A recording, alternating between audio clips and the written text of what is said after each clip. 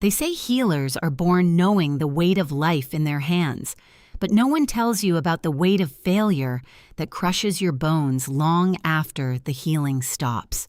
That's how Celine's story begins. The day the palace guards dragged her from the healer's district was the day she learned that some wounds run deeper than flesh and bone. Growing up, she'd believed the ancient texts that spoke of Omega healers as blessed beings, their gentle energy capable of mending what Alphas destroyed with their strength. She'd clung to the foolish notion that her gift meant something, that perhaps one day she'd prove that even the lowest Omega could make a difference, that the scar across her throat, the mark of her shame, would fade into memory. But hope was a luxury she could no longer afford, as it turned out. Because when you fail to save the one person who matters most, you don't just lose your reputation, you lose the very essence of what makes you a healer. And sometimes the universe has a cruel sense of humor about second chances. The accurate smell of burning herbs filled the cramped healing ward as Celine ground fever-few root with practiced precision. 3 years had passed since her banishment from the capital. 3 years of tending to miners and factory workers in the outer districts where no respectable healer would venture.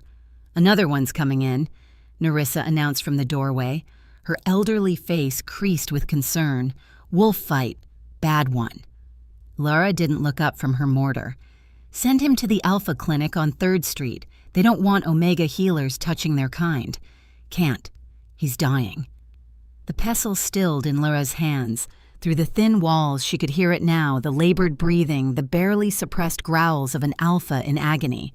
Her instincts screamed at her to help, even as her scarred throat tightened with remembered pain. "Please, Lara, just look at him." Against her better judgment, Elra followed Nerissa to the front room. What she saw made her freeze. The Alpha sprawled across her treatment table was massive, even by Alpha standards. Blood seeped through makeshift bandages wrapped around his torso, and deep claw marks rad from his shoulder to his hip. But it wasn't the wounds that made her heart stutter. It was the corruption spreading beneath his skin like black veins. "Shadow poison," she breathed. "Can you help him?" A beta male stepped forward, desperation clear in his voice. "We've tried everything. Every healer in the district turned us away when they saw. When they saw he's been cursed," Lyra finished.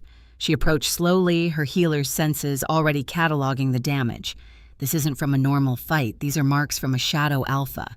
The beta's face palled. "The border skirmish 3 days ago, he saved his unit." But Shadow Alpha wounds don't heal," Celine said flatly. "Not with traditional methods. Not with Alpha healers who rely on brute force to mend tissue." She circled the table, noting how the corruption pulsed with each labored breath. "He'll be dead by dawn. Then you'll help." Hope flickered in the beta's eyes. Celine almost laughed. "I'm nobody, a disgraced Omega healer who couldn't even."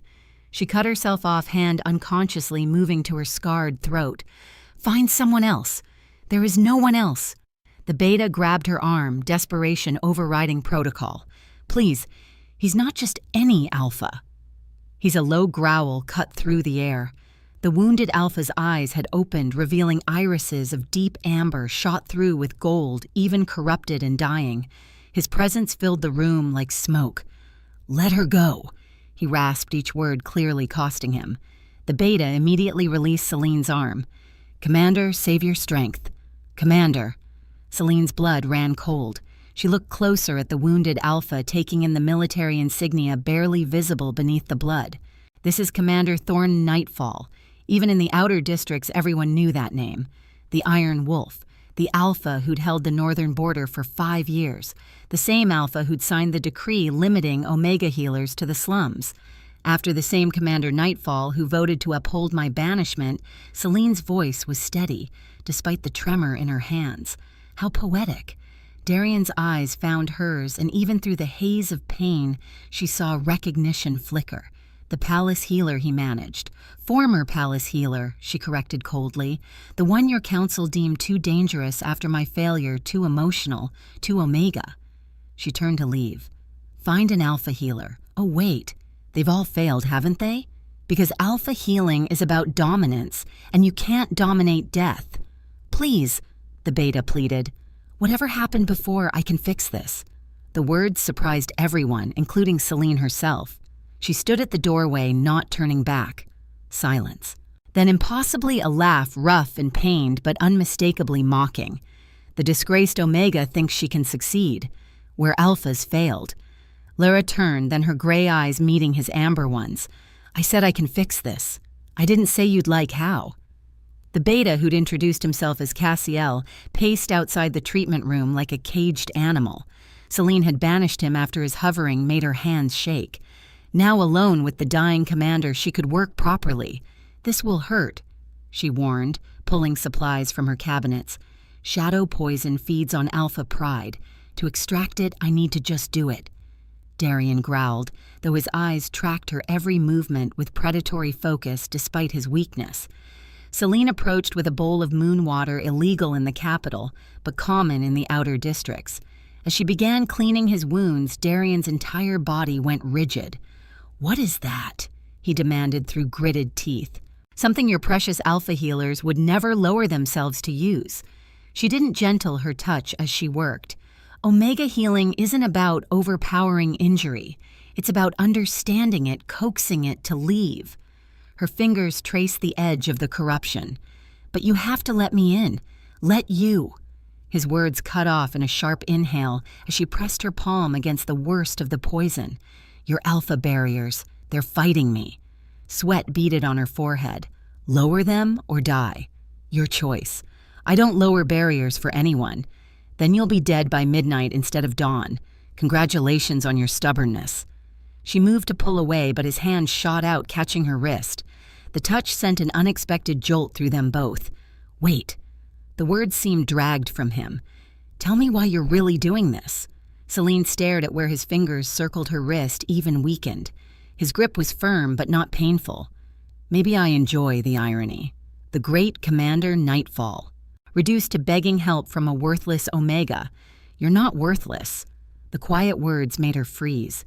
You voted to banish me. I voted to follow protocol. His breathing grew more labored. After the Queen... Don't...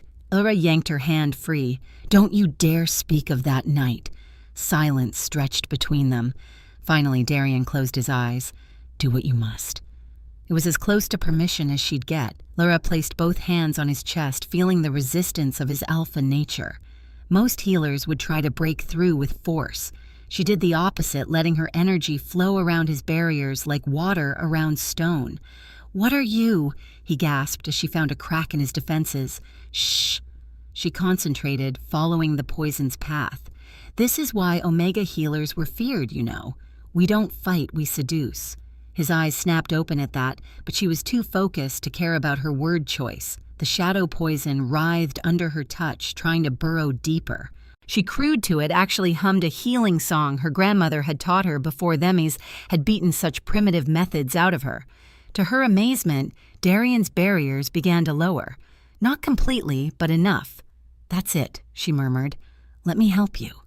The extraction was excruciating. Darian's body bowed off the table as she drew the poison up through his wounds. Black ichor seeped out, sizzling as it hit the moonwater-blessed cloths. His roar of pain shook the walls, purely alpha in its rage. But he didn't pull away, didn't strike out as she'd half expected. When the last of the poison cleared, Celine stumbled back, exhausted. Darian lay panting on the table, his wounds already beginning to close properly. How? He asked roughly. Trade secret. She turned away, washing her hands with shaking fingers. You'll need to stay for observation. The corruption could return if... Thank you. The sincere words made her pause. Don't thank me yet. You're not fully healed. And she faced him only to find his amber eyes locked on her with an intensity that stole her breath. I remember you, he said quietly, from before. You used to sing in the palace halls. Heat flooded her cheeks. That was a long time ago. 3 years. His gaze dropped to her scarred throat. I'm sorry for what happened. For my part in it. Your part. Celine laughed bitterly. You did your duty, protected the kingdom from a dangerous Omega. Who dared to? The door burst open. Cassiel rushed in, followed by 2 other guards. Commander, the corruption is gone. Darian said, not looking away from Celine. Thanks to her, Dawn painted the sky purple as Celine checked Darian's wounds for the third time. He'd insisted on staying despite her protest that he should return to whatever Alpha-exclusive healing center he preferred. The scarring will be minimal, she muttered, trying to ignore how her fingers tingled where they touched his skin, though I can't promise. Why did you fail? The question hit like ice water. Excuse me. Darian pushed himself up on his elbows, studying her with those unsettling amber eyes. With the Queen. Every report said you were the most gifted healer in generations. So why get out? Celine stepped back, hands clenched. You're healed enough. Leave. I need to understand. No, you need to go back to your privileged life and forget this ever happened. She turned away, busying herself with cleaning instruments that didn't need cleaning. Forget that an Omega saved your life. Tell them an Alpha healer. I won't lie. Wouldn't be the first time the Council covered up an inconvenient truth. Strong fingers caught her chin, turning her to face him. The touch was gentle but insistent. What aren't you telling me this close? She could see flecks of gold in his eyes, smell the cedar and storm scent that marked him as Alpha. Her Omega nature wanted to bare her throat, to submit. She fought the instinct viciously. The Queen was poisoned, she said flatly. Not shadow poison, something else. Something that specifically targets Omega healing abilities. She jerked free of his grip. I tried everything, sang until my throat bled, poured every ounce of power I had into her, but the poison was designed to turn healing into harm. The more I tried to save her, the faster she died. Darian went very still. That's not in any report because admitting someone had created an anti-Omega weapon would have caused panic. Celine touched her scarred throat, so they blamed me instead. The emotional Omega who lost control, who let feelings cloud judgment. The king himself. She stopped, unable to continue. The king gave you that scar? A reminder, she said quietly, of what happens when Omegas forget their place. Silence stretched between them. Then Thorn rose from the table, his movement still stiff but determined. Before she could react, he dropped to one knee. What are you, stand up. Celine backed away, horrified. By the old laws, I owe you a life debt. His head remained bowed. Ask anything of me, and it's yours. I don't want. She stopped as understanding dawned. You're mocking me. His head snapped up. What? The great commander kneeling to a disgraced Omega. How your soldiers would laugh. Tears burned her eyes. Is this payment for saving you humiliation? Celine. Don't. She was shaking now. Don't pretend to honor old traditions when your kind spent decades destroying them. Life debts between Alphas and Omegas were outlawed precisely because they gave Omegas power over Alphas. Darian rose slowly. I know. I'm offering anyway. Why? He moved closer, each step deliberate. Because you saved my life when you had every reason to let me die. Because you told me a truth that others would kill to keep hidden. Because he paused, seeming to struggle with words. Because when you healed me, I felt something I've never experienced before. The moon water can cause hallucinations, not hallucinations. He was close enough now that she had to tilt her head back to meet his eyes. Connection like you reached past every barrier I've built and touched something I'd forgotten existed. Celine's heart raced. That's just the healing bond. It fades. Does it? His hand rose, hovering near her scarred throat. May I? She should say no. Should push him away. Instead, she found herself nodding. His fingers ghosted over the scar tissue with impossible gentleness. A shudder ran through her at the contact. I voted for your banishment, he said quietly, because I was a coward. Because the way you made me feel when you sang in those palace halls terrified me more than any battle. Commander Darian. His thumb brushed her pulse point. Just Darian. The door slammed open. Cassiel stood there, face grave. Commander, we have a problem. The Shadow Alphas, they know someone survived their poison. They're coming. Lara's mind raced. Shadow Alphas weren't just creatures. They were corrupted beings. Alphas transformed by darkness, and now they were hunting. The attack came at sunset. Celine had been preparing evacuation supplies when the first howl split the era sound like breaking glass and dying stars. That made every Omega in the district whimper in instinctive fear. Shadow Alphas don't venture into cities, Nerissa said, though her hands trembled as she packed medical supplies. They can't. The wards were built to keep out normal threats, Darian finished grimly. He'd refused to leave despite Celine's repeated demands, and now stood guard at the clinic's entrance like some ancient sentinel.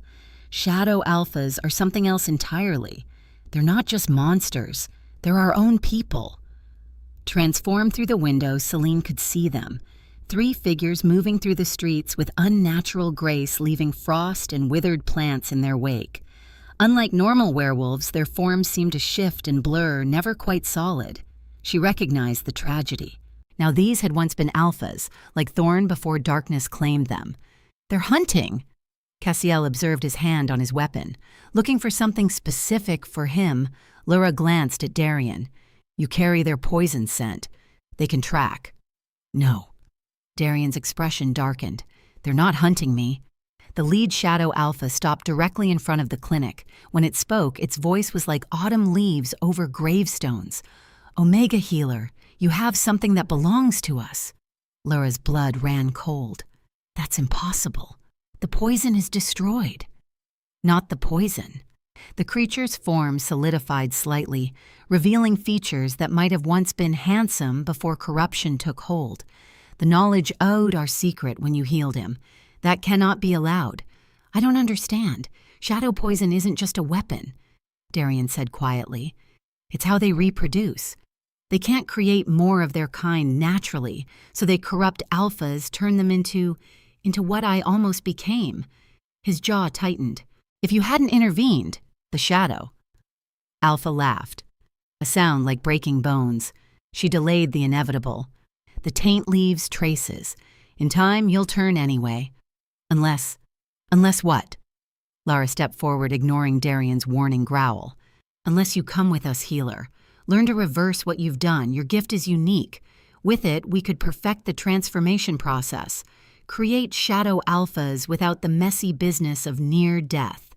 The creature tilted its head. Refuse, and we'll take this entire district, starting with your precious clinic. She's not going anywhere. Darian snarled, moving to block Celine from view. The failed guardian speaks. Another shadow alpha materialized from the growing darkness. Tell me, Commander, how does it feel knowing your queen died because you trusted in Omega's weakness over Alpha's strength? Celine felt Thorn stiffen. Don't listen to them. We were there that night. The creature continued watching, laughing. The poison was our creation. Yes. But your arrogance made it possible. Excluding Omega healers from your war councils, never asking why your enemies suddenly became so interested in biological warfare. You're lying. But Darian's voice lacked conviction. The Queen begged for the Omega healer, didn't she? But protocol demanded an Alpha tend to royalty first. By the time they finally allowed Celine to try the shadow, Alpha's grin was all teeth. Well, we all know how that ended. Stop. Lara's voice cut through the night. What do you really want? The lead shadow studied her. You're the first Omega in centuries to successfully extract our darkness. Your singing we heard it somehow harmonizes with the corruption's frequency. With proper training, you could become either our greatest asset or our biggest threat. Then you know my answer. Do I? The creature gestured lazily. More shadows moved in the streets, dozens of them.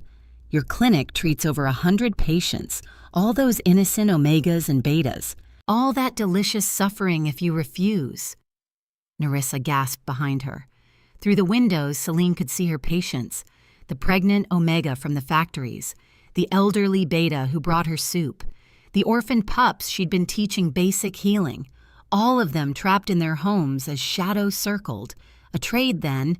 Celine said, her voice steady despite her racing heart. Me for their safety. Guarantee no harm comes to this district, and I'll know Thorn's roar shook the building. You don't understand what you're agreeing to, what they'll make you become. Someone has to pay for that night, Celine said quietly. Maybe it should have always been me. The Shadow Alpha's grin widened. "Wise choice, little healer. Come, we have much too." Darian moved faster than lightning. One moment he stood beside Lyra. The next his claws were at the Shadow Alpha's throat. "If you want her, you'll have to go through me." "Commander, no." "Run," he ordered, not looking back. Now the fight was brutal. Darian moved like liquid death, every strike precise despite his still healing wounds. But for every Shadow Alpha he struck down, 2 more seemed to take its place. Celine pressed against the clinic door, torn between fleeing and helping. "I can't leave you." "I said run." Darian's voice held the full weight of alpha command, making her omega instinct scream to obey. But something stronger than biology kept her rooted. Pride, perhaps, or stupidity, or the memory of his fingers gentle against her scarred throat. When the 4th Shadow Alpha materialized behind Thor, claws aimed at his exposed back, Lyra acted on instinct. The healing song tore from her throat, not the gentle lullabies she'd used before, but something raw and primal that her grandmother had called the war cry of peace. The Shadow Alphas recoiled as if burned. Their semi-olid forms flickered darkness writhing beneath their skin in response to her voice. Impossible. One hissed. That song was lost. Not lost. Celine stepped into the street. Power she'd suppressed for 3 years surging through her veins, just forbidden like everything else that gave Omega's strength. She sang louder, weaving healing and harm into a melody that made the very air shimmer. The Shadow Alphas' forms began to destabilize their stolen alpha strength, turning against them. But the lead creature laughed. "Impressive little healer, but you forget we've been preparing for you." It pulled out a vial of sickly green liquid, the same color as the poison that had killed the queen. "1 drop," it taunted, "and your healing becomes death again. Shall we see how many you can kill this time? Your alpha protector, perhaps?" Or maybe the old woman cowering inside Celine's voice faltered. The Shadow Alphas pressed forward. "Sing?" Darian commanded suddenly beside her. Blood ran down his arms, but his eyes burned with fierce determination. "I believe in you, but the poison. I believe in you." His hand found hers, calloused fingers intertwining with her smaller ones. "I won't let you fall. Not again." The contact sent electricity through her entire system. Where their skin touched, she felt his strength, his certainty, his faith. He had faith in her. Celine sang. This time Darian's energy joined hers, his alpha power not overwhelming but supporting, creating a foundation for her omega gifts to soar. The song changed, became something neither fully omega nor alpha, but balanced between them. The Shadow Alphas screamed. Their forms didn't just destabilize, they began to purify. The darkness peeled away like old paint, revealing the alphas they'd once been underneath. No. The lead creature threw the vial, but Darian caught it midair, crushing it in his fist. The poison hissed against his skin, trying to burrow in, but Ra's song held it at bay. One by one, the Shadow Alphas collapsed, their true forms restored but unconscious. Only the leader remained standing, though barely. "This isn't over." It gasped, features flickering between corrupted and clean. "The source, the one who created us. They'll come for you both now." Who Darian demanded. "Who's behind this?"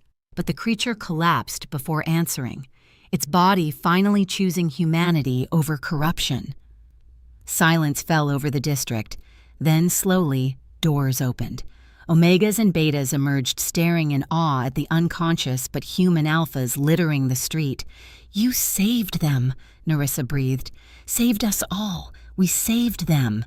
Celine corrected, looking at where her hands still clasped thorns together. She tried to pull away, but he held firm. "That song," he said quietly. "I've never heard anything like it. It's forbidden for a reason." When alphas and omegas combined their gifts, she trailed off suddenly, aware of how many people were watching. "It makes us stronger," Darian finished. "Makes us whole." Commander Cassiel approached carefully. "The Council will want answers. This kind of display will change everything," Darian said firmly. He finally released Laura's hand, but only to cup her face gently. "You're coming with me to the capital. I'm banished." "Not anymore." His thumb traced her cheekbone. Someone orchestrated the Queen's death. Someone who knew exactly how to turn Omega healing into a weapon. We're going to find them. Celine's heart raced. Partners, he confirmed. No more shadows between us. Around them, the district began to celebrate. But Celine only had eyes for the Alpha who'd chosen faith over fear. Partners, she agreed. The capital hadn't changed much in 3 years, but Ra had. Where once she'd hunched her shoulders and kept her eyes down, now she walked with quiet confidence through the palace halls. It helped having Darien beside her, his presence a shield against the whispers that followed their passage. The disgraced healer, someone muttered. The commander's pet Omega, another added. Darien's growl silenced them, but Celine touched his arm. Let them talk. We have bigger concerns. They were heading to the king's private study where the royal archives held records of the queen's final days. Archives Celine had been forbidden to access after her banishment. His Majesty is still in mourning. The guard at the door warned. He may not be receptive. He'll see us, Darien said firmly. Inside, King Valeric stood with his back to them, gazing out at the city below. He'd aged decades in 3 years, his once dark hair now silver shoulders bent with grief. So he said, without turning, "The Omega who killed my wife returns. I didn't, I know." The quiet words stopped Laura cold. Valeric finally faced them, and she gasped at the pain etched into his features. I've known for some time, but admitting it would mean acknowledging that I failed her, that my pride in Alpha superiority cost me everything. Your Majesty, Darien began, but Valeric waved him silent. The Queen begged for Celine that night, begged me to ignore protocol, to let the Omega healer try first. His voice broke, but I insisted on tradition Alpha healers for royalty. By the time I relented, the poison had progressed too far. Celine finished softly. It was designed that way to seem like something Alpha healing could handle until it was too late. Valeric's eyes sharpened. You know who did this? Not who, not yet, Darien stepped forward. But we encountered Shadow Alphas who knew about the poison. They called it their creation, but someone taught them to make it, someone who understood both Alpha and Omega healing intimately. The archives, Celine added, we need to see the healing records from that night, the real ones, not the sanitized version released to the council. The king studied them for a long moment. Then he moved to a hidden panel in the wall, revealing a safe. I've read them every night for 3 years, he said, pulling out a slim volume looking for answers, finding only questions. Laura took the journal with trembling hands. Her own notes confiscated after the Queen's death. But as she flipped through, she found additions in another hand, marginal notes analyzing her techniques, documenting the poison's progression with clinical detachment. Someone was studying me. She breathed, learning how I healed. Look at the last entry, Valeric said quietly. Laura turned to the final page and froze. There, in handwriting she recognized, was a single line. The harmony is broken. Soon all will be shadow. I know this writing. Her voice came out strangled. It's the door burst open. Your Majesty, Commander, the healing halls are under attack. They ran through corridors Celine had once walked daily past rooms where she'd learned her craft. The screams started before they reached the main hall. Inside was chaos. Shadow Alphas, dozens of them, swarmed the healing chambers. But these were different, more solid, more controlled. And at their center, hello, little songbird. Celine's knees nearly buckled. Master Healer Malachar, see. Her old mentor stood in the center of the carnage, but he was changed. Half his body showed the corruption of a Shadow Alpha, while the other half remained horrifyingly normal. He smiled, the expression grotesque on his partially transformed face. Surprised you always were too trusting. He gestured to the cowering healers, both Alpha and Omega.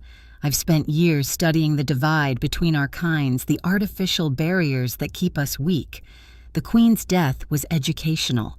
You killed her, Celine whispered. I transformed her, or tried to. She was meant to be the first, a perfect fusion of Alpha strength and Omega grace. But you interfered with your pure healing. His face twisted. No matter. I've perfected the process since then by becoming a monster. Darien snarled. By becoming evolution. Malachar raised his hand and more shadows poured in. "Join me, Celine. Your voice could stabilize the transformation. Together, we could create a new kind of being. No more alphas or omegas, only shadows, perfectly balanced." "That's not balance," Elra said, her voice gaining strength. "That's eraser." Malachar sighed. "Then you'll serve as another experiment. How much corruption can a healer take before breaking?" The shadow surged forward. The battle erupted instantly. Darian shifted into his wolf form, massive black as night with eyes like molten gold. He tore into the shadow alphas with savage precision, but there were too many. "Protect the healers!" Celine shouted, rushing toward the apprentices huddled in the corner. Most were young, barely out of training, both Alpha and Omega trembling together in shared terror. Celine Malacharis walking calmly through the chaos. Still trying to save everyone, still believing in unity, he gestured, and shadows coiled around her ankles. Cold as death. The Queen believed too. "Look where it got her. The Queen died because of your poison." Celine struggled against the shadow bonds. "The Queen died because she represented everything wrong with our system.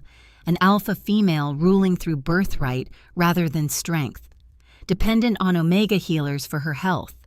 His corrupted half pulsed with dark energy. I offered her transcendence. She chose death instead." A memory clicked. The Queen's final words gasped through blood-stained lips. The harmony must not break. She knew. Celine breathed. "She knew what you were trying to do. Clever girl." Malachar approached his movement, a disturbing mix of human gait and shadow flow. She realized too late that I'd been planning this for decades, studying both disciplines, finding the resonance points between Alpha and Omega energy.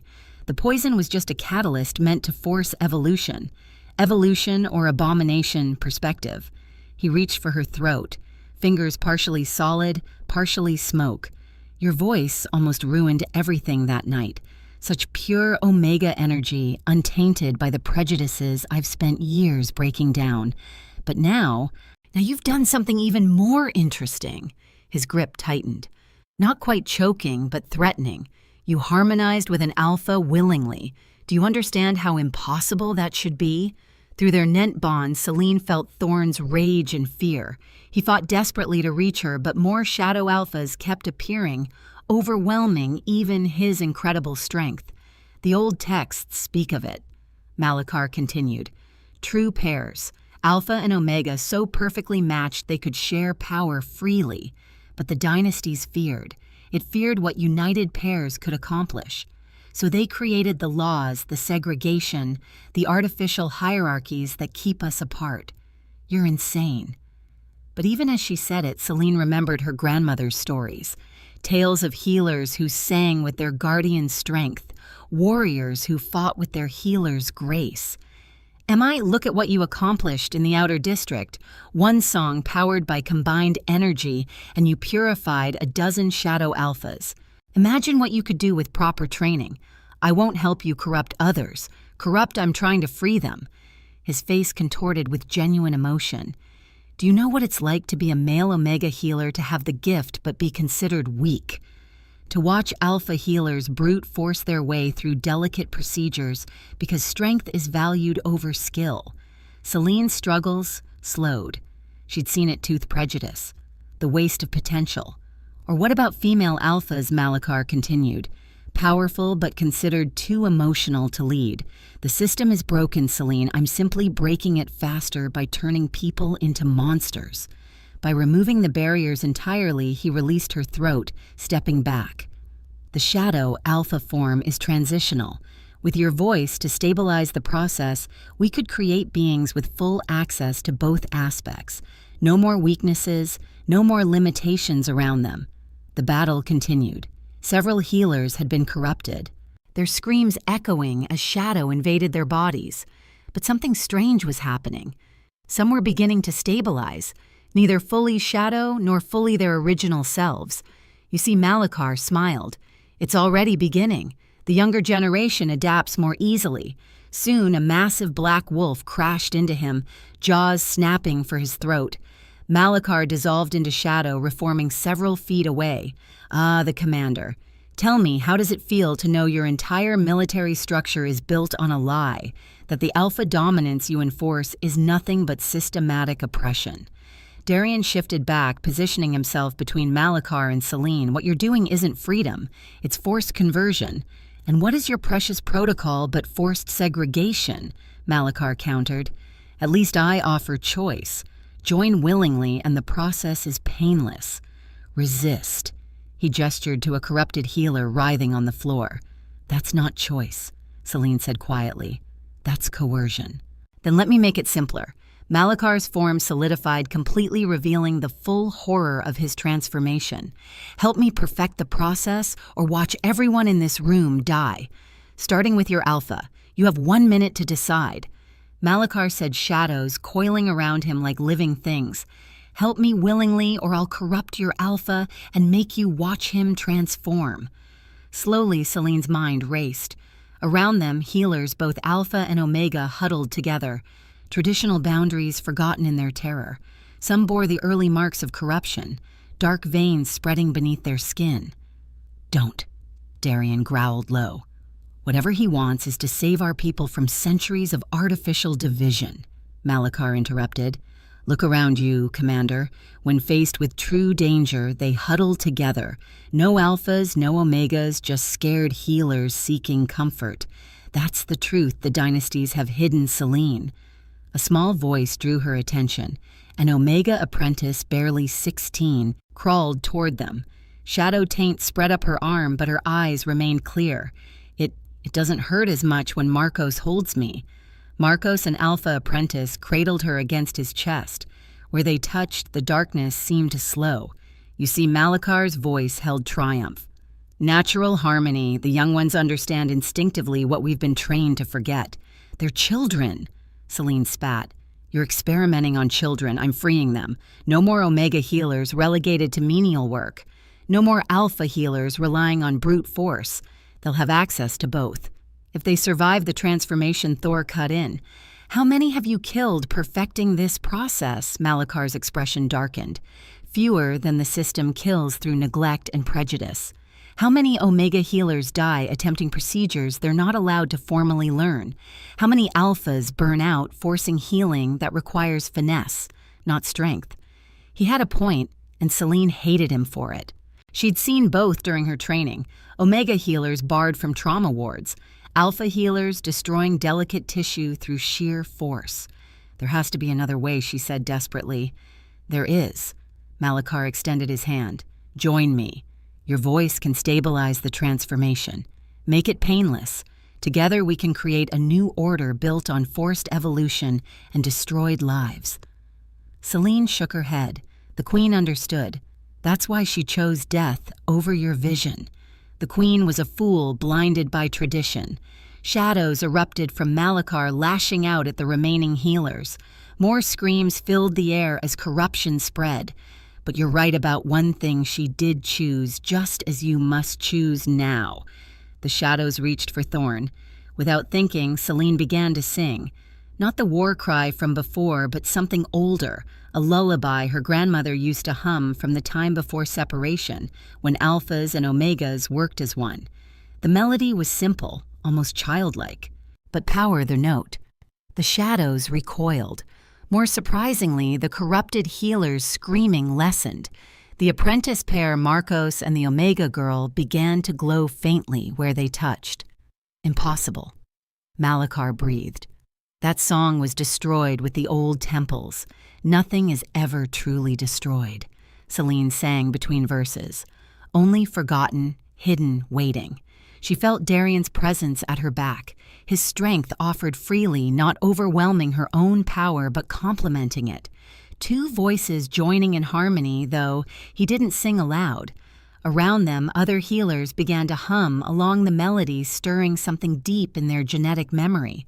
Alpha and Omega voices rose together, uncertain at first, then with growing confidence. Stop, Malachar lashed out, but his shadows met a barrier of combined energy. You don't understand without transformation. We'll always be divided. Division isn't the problem. Celine realized her voice growing stronger. Forced separation is. We don't need to become shadows to find unity. We just need to remember what we've forgotten. The corruption began to recede from the affected healers, not violently expelled as before, but gently drawn out as their combined voices created a resonance that shadow couldn't maintain. No. Malakar's form destabilized, flickering between human and shadow. I've worked too long, sacrificed too much.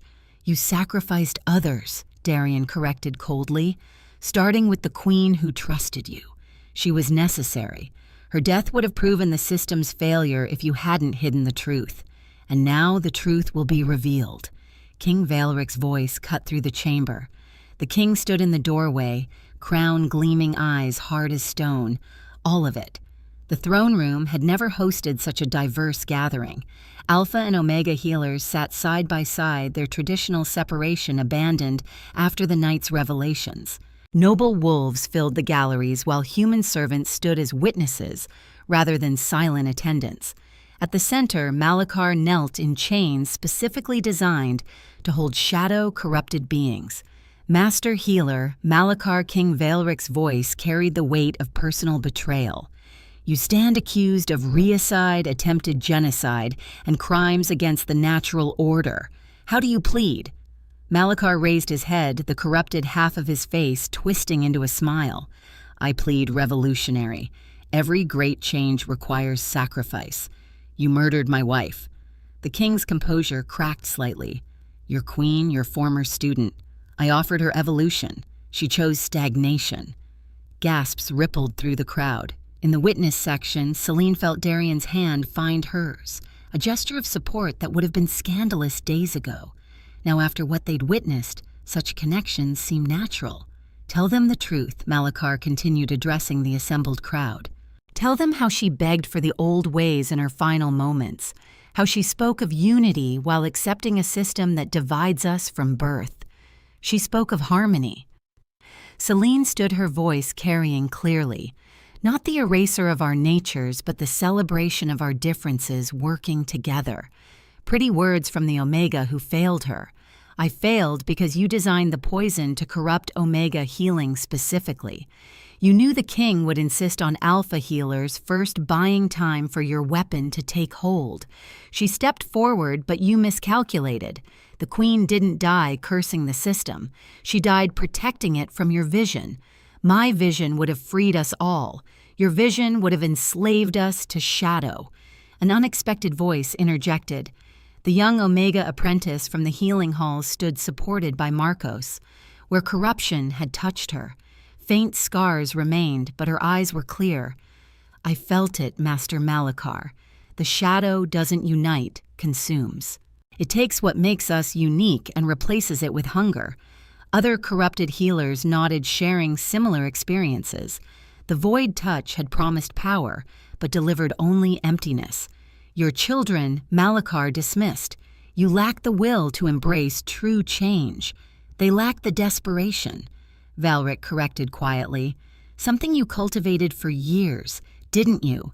Taking the most marginalized healers, the ones hurt worst by our flawed system, and twisting their pain into your weapon. The king rose, descending from his throne with measured steps. I've spent 3 years studying my wife's final writings hidden in metaphor and code. She documented your experiments, how you targeted healers who'd suffered under the current system, how you used their legitimate grievances to justify monstrous acts. Someone had to act. The system perpetuates suffering, so you created more, Darian challenged. How many healers died in your experiments before you perfected the shadow corruption? Malakar's silence spoke volumes. 43, Elra said softly, drawing shocked stares. I found the records in his personal laboratory. 43 healers over 15 years. Started with volunteers who believed in change. Ended with unwilling subjects when the voluntary pool dried up. All promised transcendence. All dead. Their sacrifice paved the way. Their murder, Valric corrected sharply, fueled your obsession. And my wife would have been 44 if Celine hadn't intervened. However unsuccessfully, the king turned to address the assembly. For too long, we've allowed artificial divisions to weaken us. Master Malakar exploited those divisions, but he didn't create them. We did through laws that separate, through traditions that diminish, through pride that blinds us to simple truths. He gestured to where young healers sat together, boundaries forgotten. They show us the way forward, not through forced evolution or shadow corruption, but through choosing connection over separation. Pretty speeches won't change centuries of prejudice. Malakar laughed bitterly. No, Veilric agreed. But actions might. As my first act of reformation, I hereby dissolve the laws mandating separation between Alpha and Omega healers.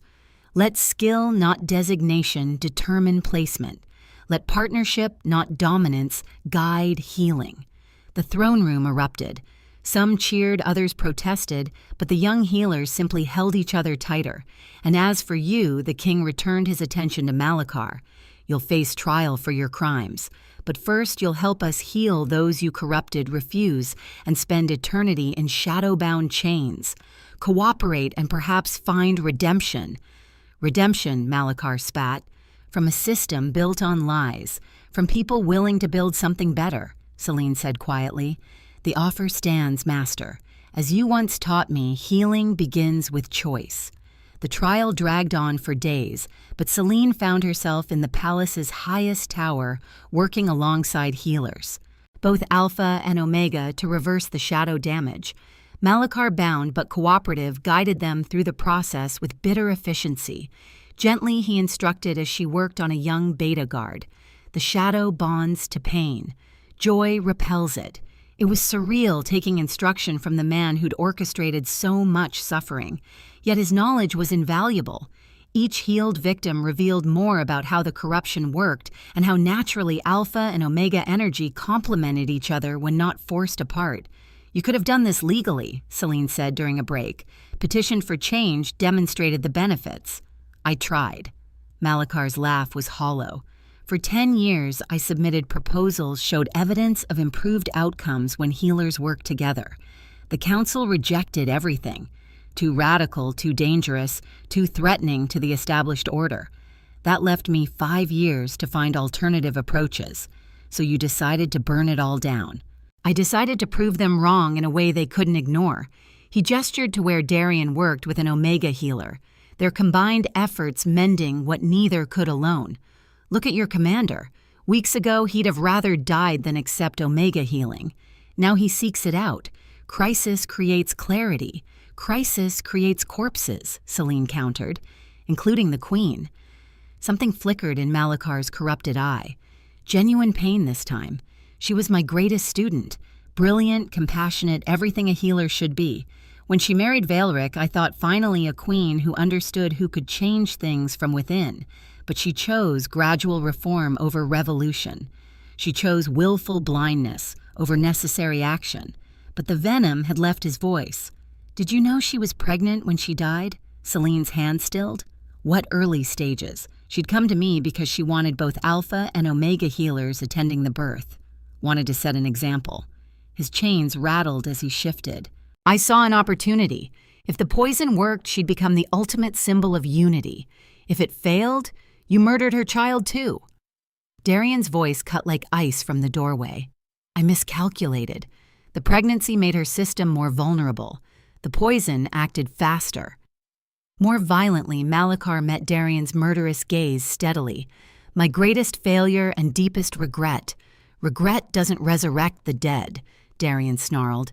But Celine touched his arm. No, but understanding might prevent future deaths. She studied her former mentor. You speak of the pregnancy making her vulnerable, how pregnancy creates natural harmony between mother and child, Alpha or Omega irrelevant. The poison designed to corrupt single energy signatures couldn't process the duality. It turned chaotic, aggressive. A thought struck Celine. Then pregnant healers would be immune. Theoretically, though, testing that would be monstrous. Yes. Celine's mind raced. But it explains why some corrupted healers stabilized when touching others. Physical connection creates temporary harmony. The shadow can't maintain itself against unified energy, which is why I needed your voice, Malakar admitted. to force stability where nature resisted. Instead, her voice reminded us what we'd forgotten. King Valeric entered looking haggarded but determined. The trial concludes tomorrow, Malachar. The evidence is overwhelming, but I offer you one chance at partial redemption. Death or imprisonment, generous options, service or shadow. The king's expression remained stone. Help us undo every trace of your corruption. Train healers in the old ways you discovered. Use your knowledge to heal rather than harm. Do this and live. Refuse and become the shadow you worship permanently. You trust me near healers again. I trust Celine to keep you leashed. Valeric glanced at her. If she agrees to oversee your work, Lyra felt the weight of the decision. Working daily with her queen's murderer, her mentor turned monster, but his knowledge could save lives, prevent future corruptions. She thought of the young apprentices naturally finding harmony, of the decades of knowledge Malachar possessed, twisted but valuable one condition, she said finally. He helps establish the new healing academy, Alpha and Omega learning together from the start. No more artificial divisions creating the desperation he exploited. Agreed, the king said immediately. Malachar stared at her, and for the first time since his corruption, something human flickered in his twisted features. You'd trust me with children. I'd trust children to see through your lies better than we did. Celine met his gaze steadily. And I trust the hope of redemption to accomplish what punishment alone cannot. Even for me, especially for you, because if someone as fallen as you can choose healing over harm, anyone can. The silence stretched long. Finally, Malachar bowed his head. I accept, though I deserve no mercy. No, Celine agreed. But perhaps you can earn it. The transition to the new system proved smoother than anyone expected, though not without challenges. 6 months after Malachar trial, the new Royal Healing Academy buzzed with controlled chaos. Young voices Alpha and Omega Alec arose in harmony as they practiced the rediscovered songs. Where once stark divisions marked the halls, now students mingled freely their natural affinities, guiding partnerships rather than rigid law.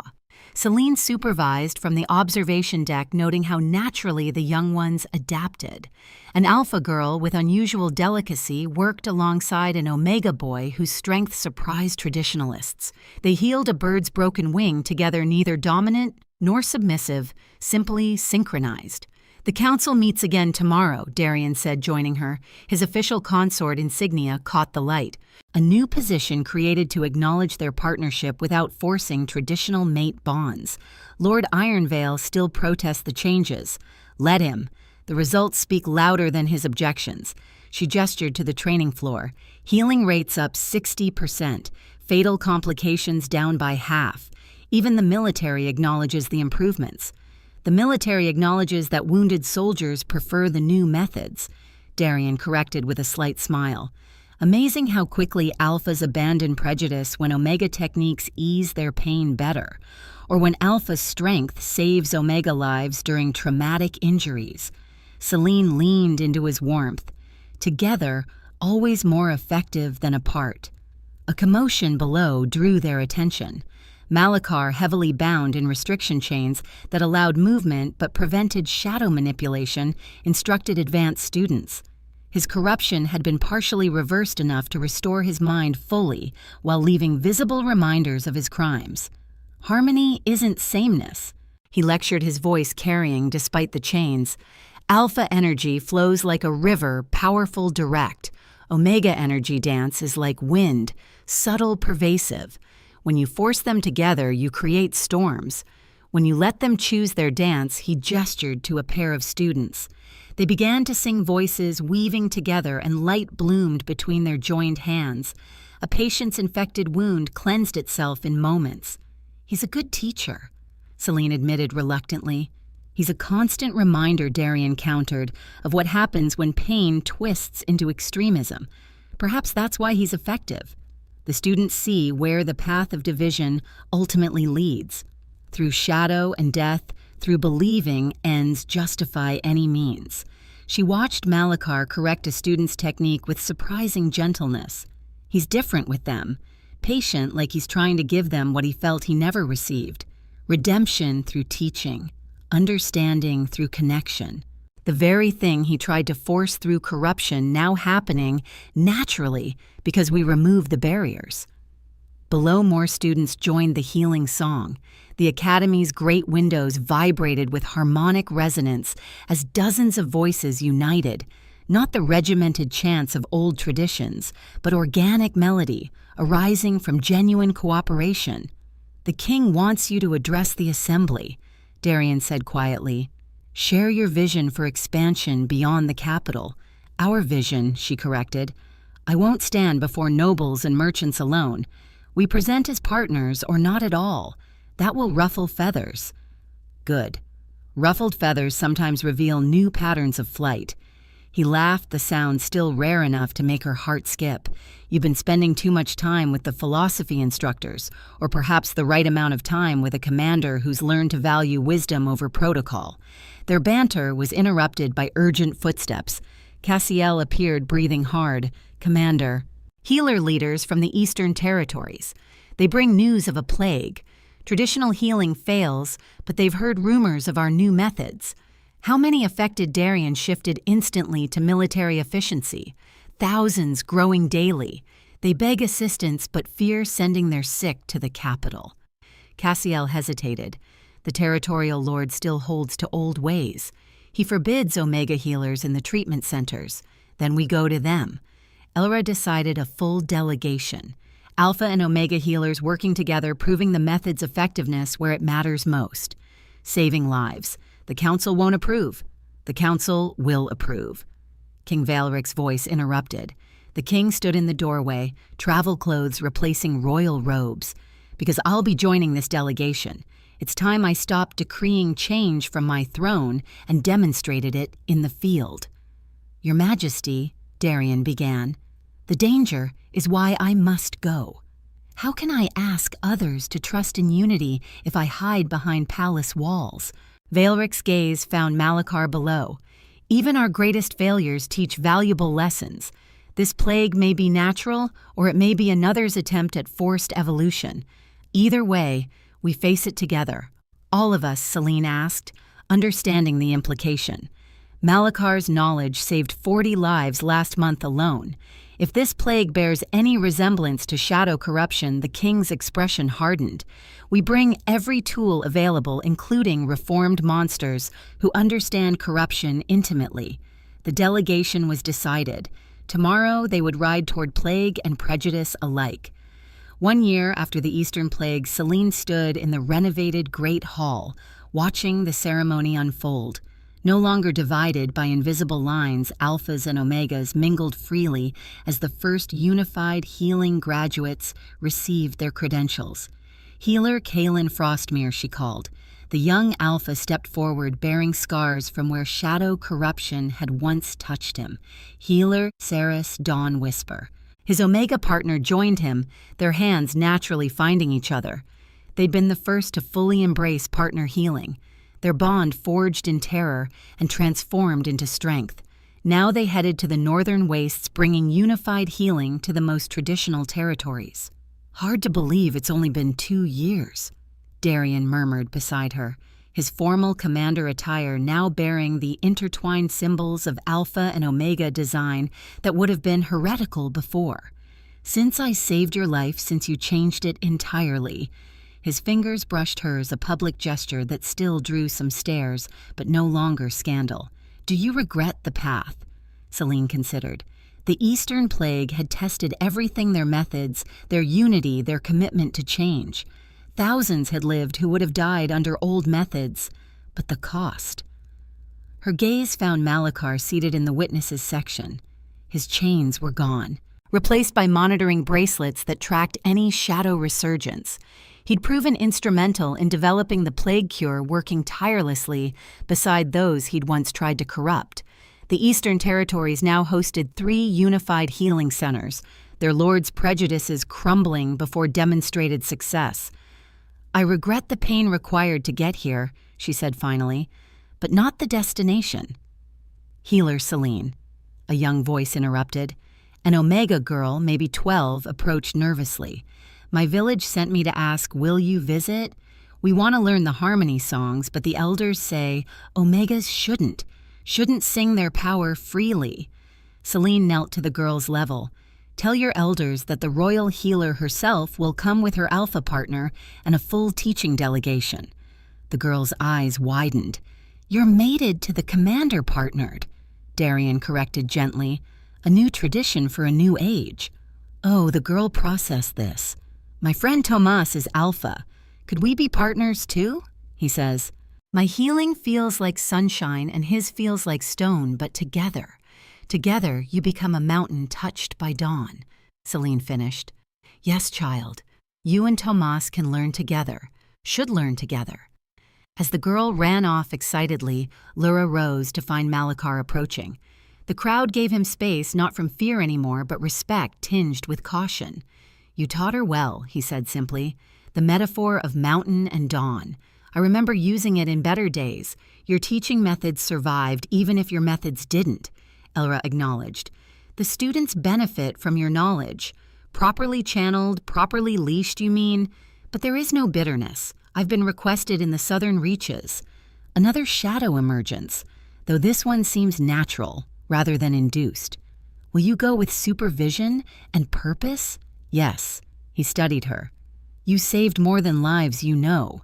You saved the ideal-eyed corrupted unity through choice rather than force. We all saved it, even you in the end. King Valric's voice rose over the crowd, beginning the formal acknowledgments. But Celine's attention caught on a familiar Sen healers spontaneously harmonizing their combined voices, making the crystal chandeliers sing in resonance. What are you thinking? Darian asked, noting her distant expression. About fairy tales, she admitted, how they sometimes come true, just not as expected. This isn't a fairy tale. Too much pain, too much reality.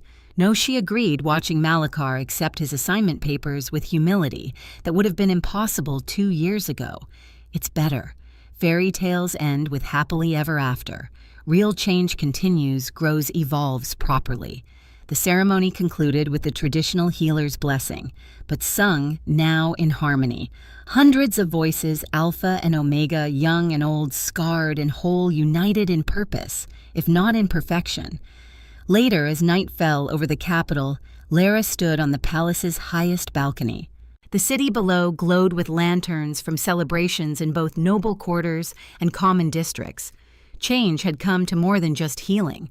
Ready for tomorrow, Darian joined her, 2 cups of tea in hand, small domesticity that meant everything, another village to convince, another tradition to gently reshape, another chance to prove unity works. She accepted the tea gratefully, always. In the distance, a nightbird sang alone at first, then joined by another in harmonious counterpoint. Different voices, different strengths, but together creating something neither could achieve alone. The revolution was complete. The real work had just begun.